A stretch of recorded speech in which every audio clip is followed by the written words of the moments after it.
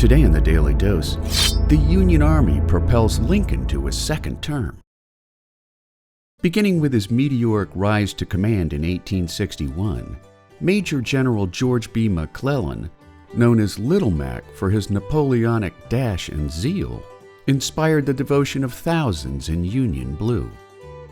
By the middle of the war, however, McClellan's failed 1862 Peninsula Campaign frustrated Union Army soldiers, prompting them to call for greater commitment from the home front.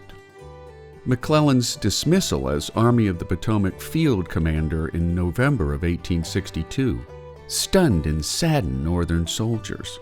But when Little Mac sided with the anti-war Democrats and ran for president, Union Army sentiment shifted away from McClellan in support of President Lincoln. Following more bloodletting at Chancellorsville and Gettysburg, the depleted ranks of the Army of the Potomac voted overwhelmingly against Democrats in the gubernatorial contest of 1863. Demobilized enlisted men and junior officers from the Union Army injected themselves into the North's major cities, forming social clubs in solidarity with like-minded veterans, toasting the prospect of victory and marching in pro-war parades to sway the hearts of fence-sitters. Joining forces with war-ravaged veterans, torchlight parades filled city streets by night, each marcher convinced they were standard-bearers of righteousness against treason. Such partisan angst meant the parades and rallies were not always peaceful, such as the Democratic Torchlight Parade of October 29, 1864, when a band of anti-war Democrats stormed a Republican club, setting off a full-scale brawl in the streets.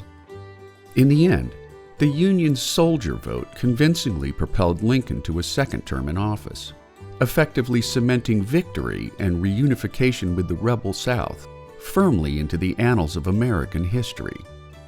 Approximately 155,600 soldiers cast votes in the 1864 presidential election, 33,700 for McClellan, compared to 116,800 votes for Lincoln, while the Union Army as a whole reported 80% voter participation.